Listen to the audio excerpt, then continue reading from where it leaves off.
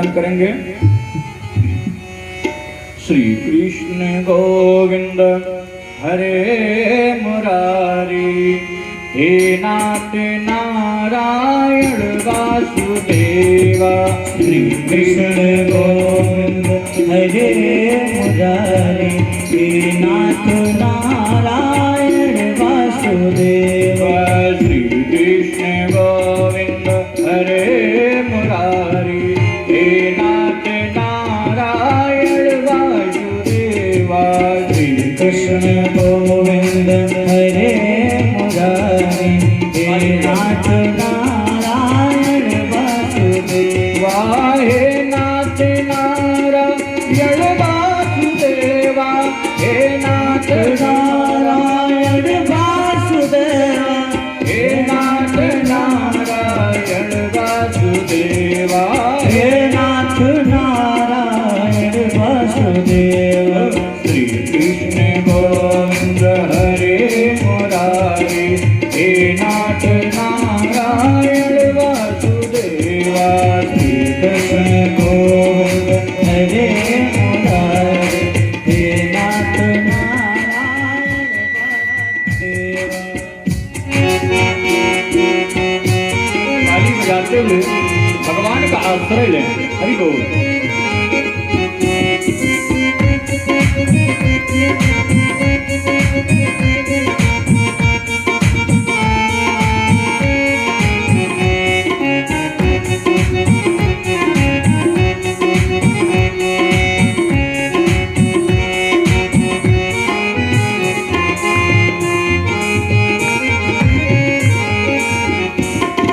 पितृमात स्वामी सखा हमारे, पितृमात स्वामी सखा हमारे, हे नाथ नारायण वासुदेवा।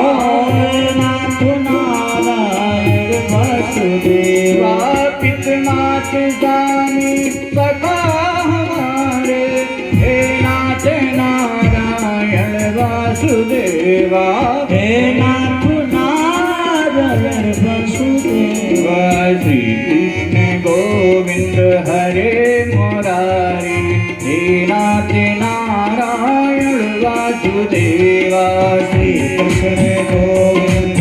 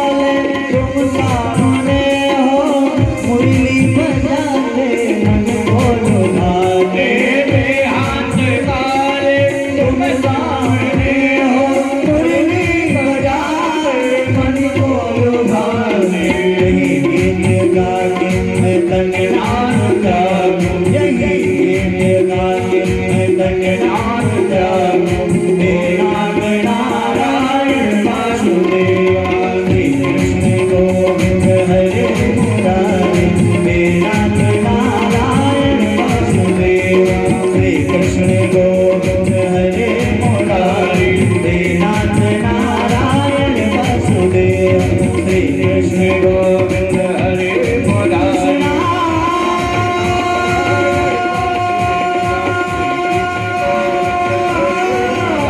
कृष्ण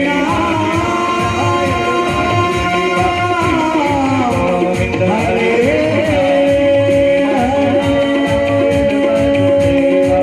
कृष्ण गोविंद हरे मुरारी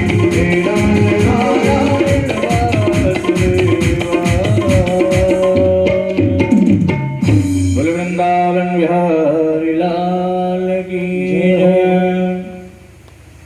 भाग्योदयेन बहुजन्म समर्जितेन सत्संगमं जलवते पुरुषो यदा वे अज्ञान हेतु कृतमो मदांगकारा नासं विदायि ततो दयिते विवेका नासं विदायि ततो दयिते विवेका। मित्रों, भाग्योदयेन बहुजन्म, जब हमारे जन्म जन्मांतर कल्प कल्पांतर के पूर्ण उदय होते हैं, तब हमें भागवती कथा को श्रवण करने का अवसर मिलता है। हमने पहले ही दिन बताया कि जब हमारे जन्म जन्मांतर कल्प कल्पांतर के जब पूर्ण उदय होंगे, तभी भागवत कथा सुलभ है व्यक्ति को। जिस दिन आपको भागवत कथा के शब्द आपके कान में पड़ जाएं, आप ये सोचिए कि हमने दिन में कोई बहुत अच्छा कार्य किया था, हमें आज उन शब्दों को श्रवण करने का अवसर मिल रहा है। और जो स्वयं आयोजन करवा रहा है, वो स्वयं नहीं करवा रहा है, उसके ऊपर नारायण की अहेतु की कृपा है, तभी वो सुलभ है। व्यक्ति अगर ये कहे कि हम महाराज करा रहे हैं, गलत कह रहा है। क्योंकि भगवान की जब महती कृपा होगी, तब उसके ऊपर भगवान प्रसन्न होंगे और उसके घर पर आना स्वीकार करेंगे।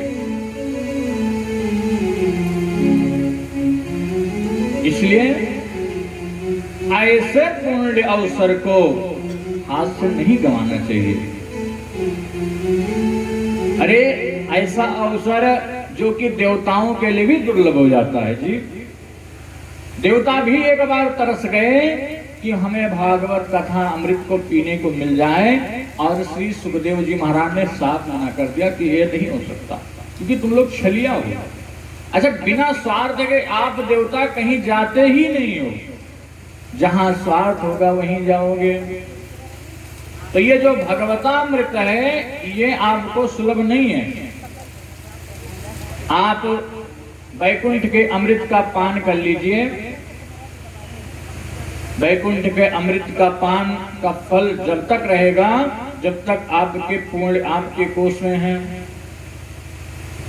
यदि आप लाखों का बैंक बैलेंस कर लिए और उसमें से आप निकाल रहे हो, डाल नहीं रहे हो, तो लाख रुपए करोड़ों रुपए एक ना एक दिन तो खर्च हो जाएंगे।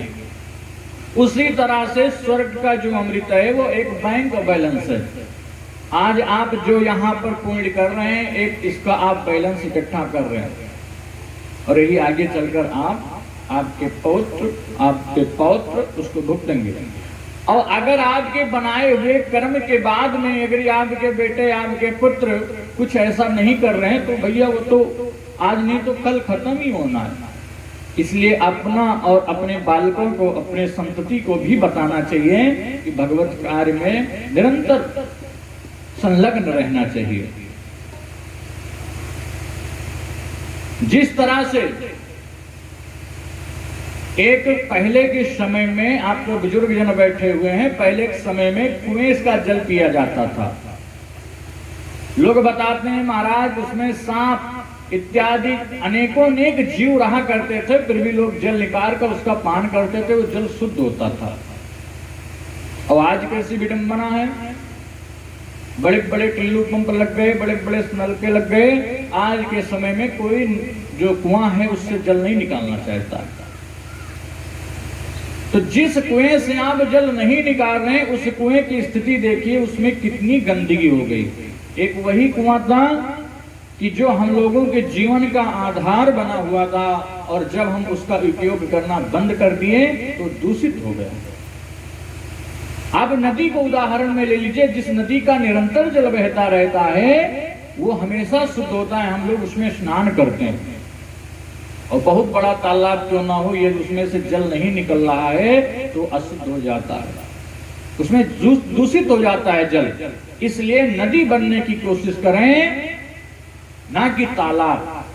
हमारे कहने का तात्पर्य यह है कि आपके जीवन में गाढ़ी कमाई के द्वारा भगवान की कृपा से जो आपको कुछ भी मिला है, उसमें से कुछ अंश निकालते रहना चाहिए।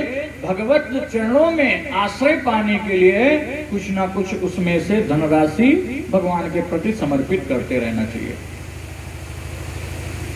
अभी नोटबंदी हुई तो लोगों ने इतना धन छुपा कर रखा था, माताएं इतना पैसा छुपा कर रखी थी। अब जिनका तो बदल गया उनका बदल गया, जिनका नहीं बदला वो आज भी शोपीस के टाइप का रखे हैं। तो ऐसा मत कमा लो कि कल के समय में जब नोटबंदी हो जाए तो आपको बदलने में मुश्किल हो जाएगा। इस तरह से पाप मत सर पर रख लो कि जब यमराज का कोड़ा पड़े तो आपको सहते न बने। इसलिए जो पाप है उसको दूर करते रहो, उसको साफ करते रहो, हटाते रहो। जिस तरह से हमारा वस्त्र गंदा हो जाता है, हम उसको साफ कर देते हैं, फिर साफ हो जाता है। पर यदि हम वस्त्र पर अपना एक बार भी जल न छिड़के, साबुन न लगाएं तो गंदा हो जाएगा, इतना गंदा हो जाएगा कि एक दिन उसको स्वयं छोड़ देने का मन करेगा कि ये ठीक नहीं है। उसी तरह से हमारा ये शरीर है। हमारे शरीर में हमारे कर्मों के द्वारा, हमारे इंद्रियों के द्वारा यदि भगवान का गुणानुवाद होता रहेगा, राम नाम रूपी साबुन हमारे शरीर पर लगता रहेगा, हमारे अंतःकरण में लगता रहेगा, तो ये स्वयं महकेगा और हमें ही, अपना ही शरीर हमें अच्छा लगेगा। तो इसलिए भगवता मृत का हमेशा पान करना चाहिए। और आप बहुत भागीदार हैं। कुछ लोग घर पर बैठकर सोच रहे हैं कि महाराज आवाज तो आ ही रही है, उनके द्वार पर जाने से क्या फायदा।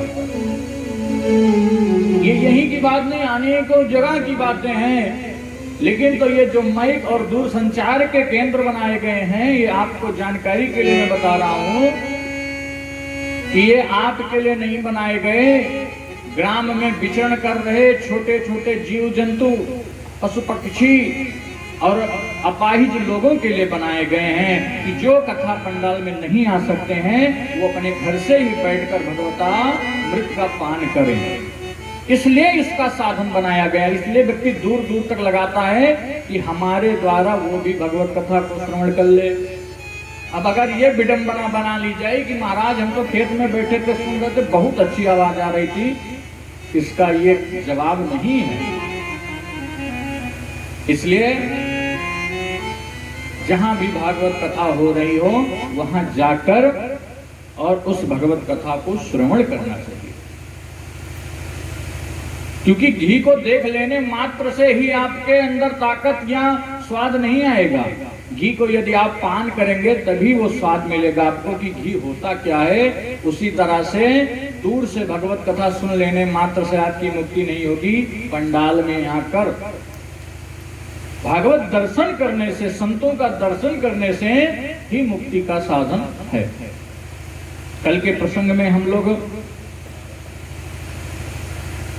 महामंत्री विदुर जी महाराज के बारे में हम लोग श्रवण कर रहे थे कि भगवान जात पात नहीं देखते हैं। श्री सुखदेव जी महाराज धारा प्रवाह श्री परीक्षित जी महाराज को कथा श्रवण करा रहे हैं।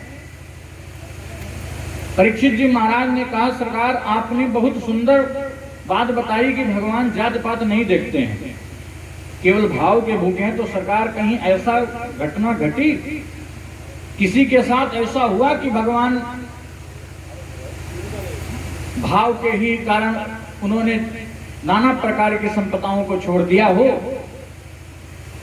श्री सुखदेव जी महाराज कहते हैं, हाँ राजन, आपको मैं एक प्रसंग सुनाता हूं, उस प्रसंग से तुम्हें पता चल जाएगा कि भगवान भाव के ही भूखे हैं। प्रसंग उस समय का है जब धृतराज के पुत्र कौरव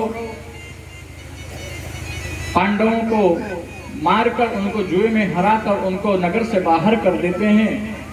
उस समय द्वारिकाधीश स्वयं शांति दूत के रूप में आज हस्तिनापुर में मैत्री कराने के लिए, झगड़े को सुलझाने के लिए शांति दूत बनकर उस हस्तिनापुर में आते हैं। आज दुर्योधन के द्वारा इतनी व्यवस्थाएं की गई हैं, पूरे नगर को सजा दिया गया है। दुर्योधन भगवान को रिझाना चाहता है कि जो प्रभु पांडवों का साथ ले रहे हैं, मैं उनका इतना स्वागत कर दूंगा कि हमारा स्वागत सत्कार पाकर वो और लोगों को भूल जाएंगे। नगर की गलियों को अच्छे से इत्र से सुगंधित किया गया है, बंधनवाल लगाए गए हैं। नगर की महिलाएं आरती लेकर खड़ी हुई हैं, पुष्पों की वृष्टि कर रही हैं। इधर प्रभु का हस्तिनापुर नगर में रथ प्रवेश करता है। आज विदुर और विदुरानी एक कोने में खड़े होकर आज भगवान के उस एक झलक को देखने के लिए खड़े हुए हैं, क्योंकि विदुर जी महाराज को पहले से ही मंत्री पद से हटा दिया गया है, तो दरबार में तो नहीं जा रहे हैं। श्री विदुर जी महाराज कहते हैं, प्रभु के प्रति हमारी तो अगाढ़ श्रद्धा थी, हमें काका बोलते हैं। पता नहीं इन राजसी ठाठों के बीच में गोविंद को हमारी याद आवे या ना आवे, हमें तो नहीं लगता है कि इतनी सुख संविदाओं को छोड़कर हमारे ऊपर वो नजर डालेंगे। कोई बात नहीं, आज मेरा लाला इन समस्त संपदाओं को भोगे, जब होगा सब देखा जाएगा। पता नहीं भगवान हमारे ऊपर नजर डालें भी या न डालें। विदुर और विदुरानी यही मन में विचार कर रहे हैं। आज भगवान का रथ नगर में प्रवेश कर रहा है। नगर की स्त्रियां मंगलाचार करते हुए आरती उतार रही हैं, पुष्पों की वृष्टि कर रही हैं, इत्र का छिड़काव हो रहा है। विदुर विदुरानी एक दीवार के कोने से खड़े हुए हैं। लेकिन तो एक आश्चर्य की बात है,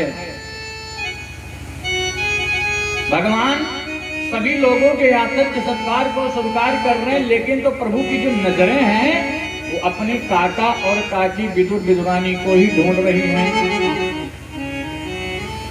आप कल्पना कीजिए कि जो प्रभु इतनी संपदाओं को पाकर, इतना आतिथ्य स्वीकार पाकर भी आज अपने भक्त विदुर और विदुरानी के लिए नजरें दौड़ा रहे हैं। और देखते देखते देखते हैं कि उस कोने में खड़े होकर विदुर विदुरानी हमारे दर्शन के लिए लालसायित हैं। भगवान ने मन ही मन में सोचा कि आज तो हमारा निमंत्रण विदुर के घर है। और प्रभु ने उनको मन ही मन में सूचित कर दिया कि आज मैं आपके घर में आऊंगा। इधर विदुर विदुरानी ने प्रभु की झलक का दर्शन किया है और प्रभु इस समय हस्तिनापुर में दुर्योधन के उस राजमहल में पहुंचते हैं। दुर्योधन ने सुंदर आहार से जटित, आभूषणों से जटित रत्न सिंहासन तैयार कर रखा है। 56 प्रकार के व्यंजन बनवा रखे हैं और गोविंद का जैसे पदार्पण होता है।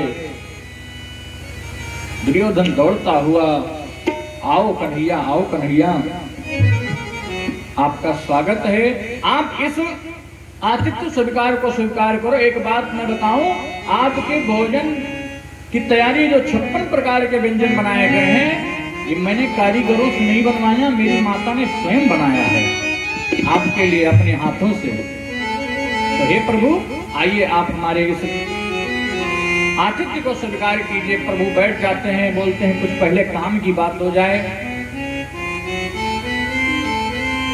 प्रभु ने कहा, सुनो दुर्योधन,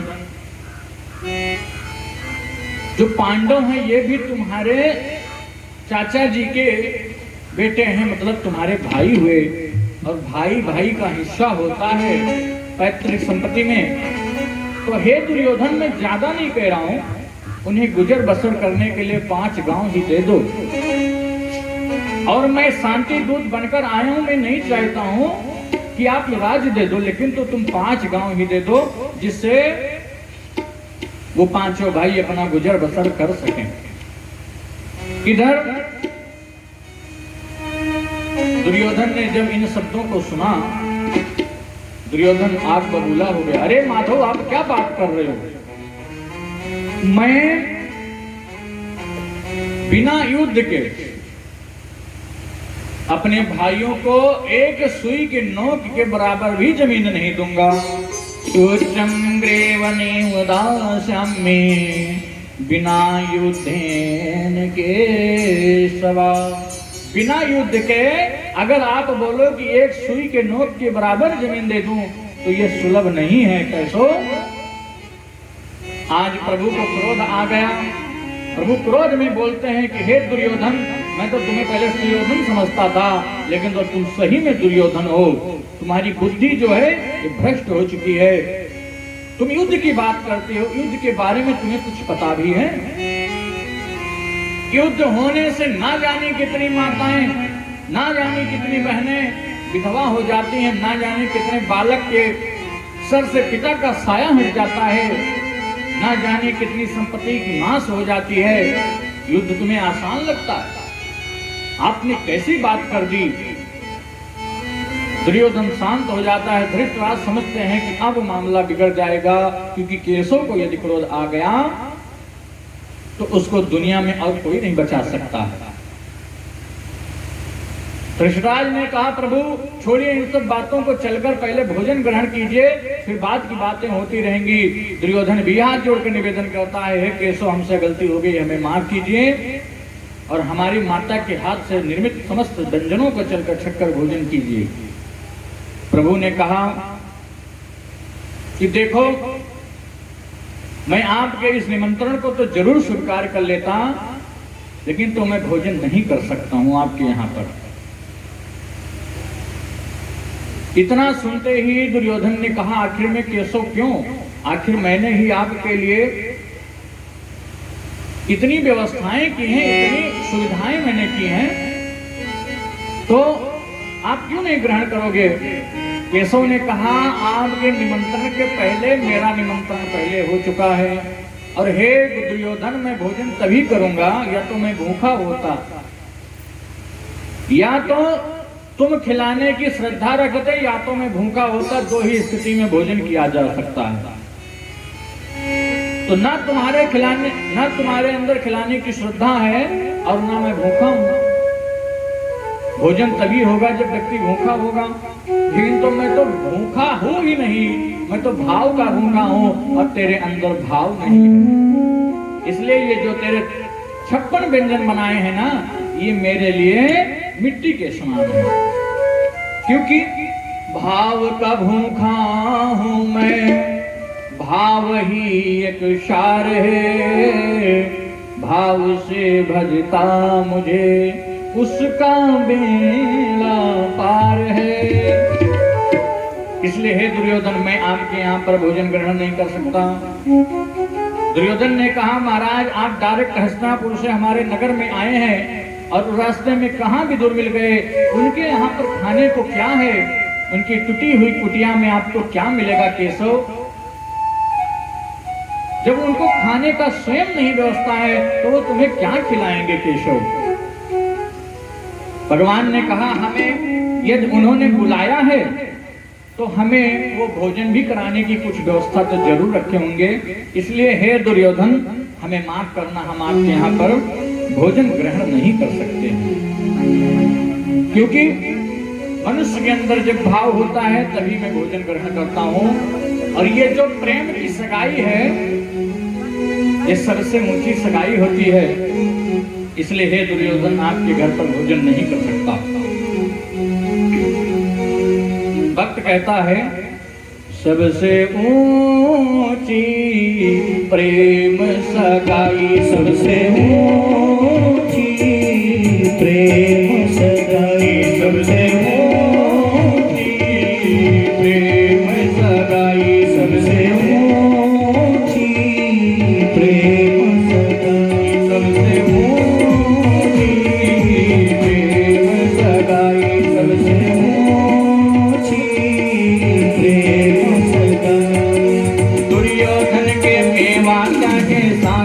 विदुर घर खाई। ओ दुर्योधन घर में वाद्या के साग विदुर घर खाई। दुर्योधन में वाजा के साग विदुर घर खाई। दुर्योधन घर में वाद्या के साग विदुर घर खाई। झूठे फल सबरी के गाए बहुत स्वाद बताई। झूठे फल सबरी के खाए बहुत स्वाद बताई। सबसे ऊंची प्रेम सगाई, सबसे ऊंची प्रेम सगाई। ताली बजाते हुए भगवान को अपना भाव प्रकट कीजिए। जय हो।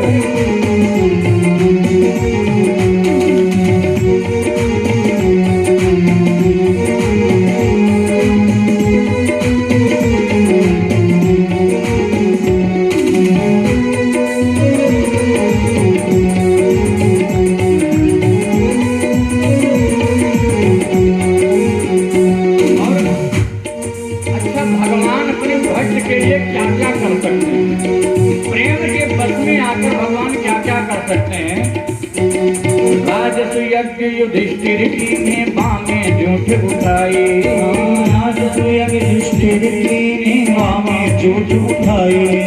राजसु यज्ञ युधिष्ठिर की ने बामें झूठ उठाई। राजसु यज्ञ युधिष्ठिर की ने बामें झूठ उठाई। प्रेम के बस पारस रथ हाँ जो भूल गए ठकुराई। प्रेम के बस पारस रथ हाँ जो भूल गए ठकुराई। सबसे ऊंची प्रेम सगाई, सबसे ऊंची प्रेम सगाई, सबसे ऊंची प्रेम सगाई, सबसे ऊंची प्रेम सगाई, सबसे ऊंची प्रेम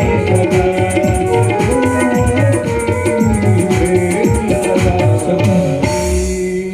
बोले द्वारिकाधीश भगवान की जय। इसलिए सबसे ऊंची है प्रेम की सगाई।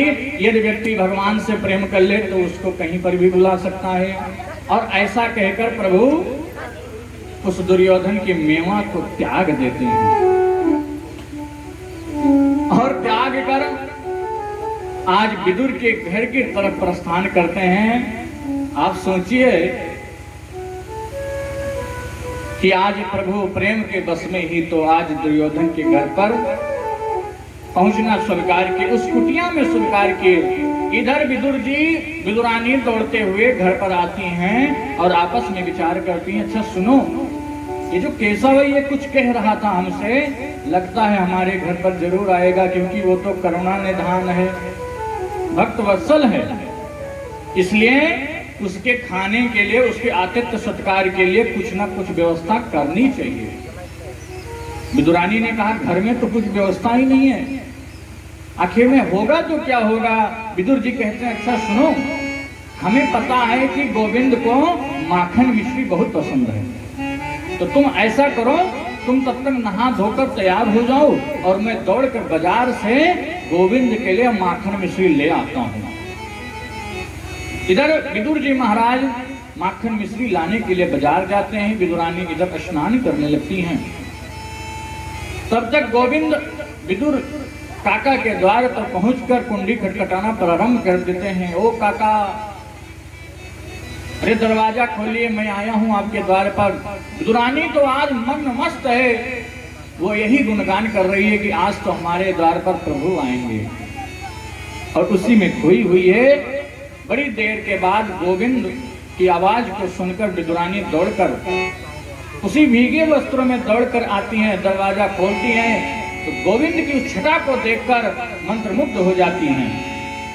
आज हरि आए विदुर घर पाहुना, आज हरि आए विदुर घर पाहुना, आज हरि आए विदुर घर पाहुना, विदुर घर पाहुना, विदुर घर पाहुना, विदुर घर पाहुना, विदुर घर पाहुना, आज हरि आए विदुर घर पाहुना, आज हरि आए।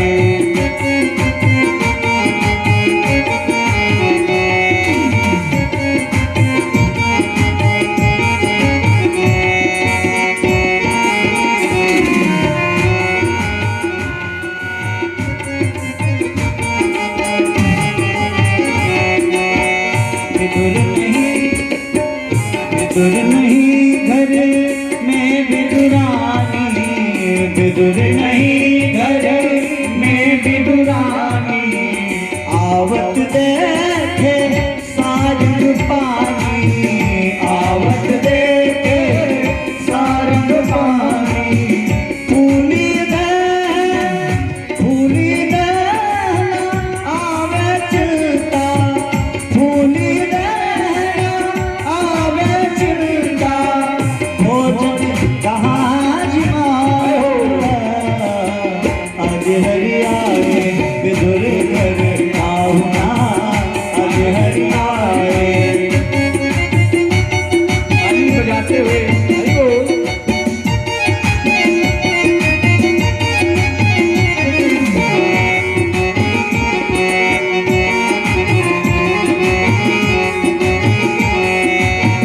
केला बहुत प्रेम से लाई, केला बहुत प्रेम से लाई, गिरी गिरी सब देत गिराई, गिरी गिरी सब देत गिराई, छिलका देत श्याम मुख माही, छिलका देत श्याम मुख माही, लागे परम सुहावना,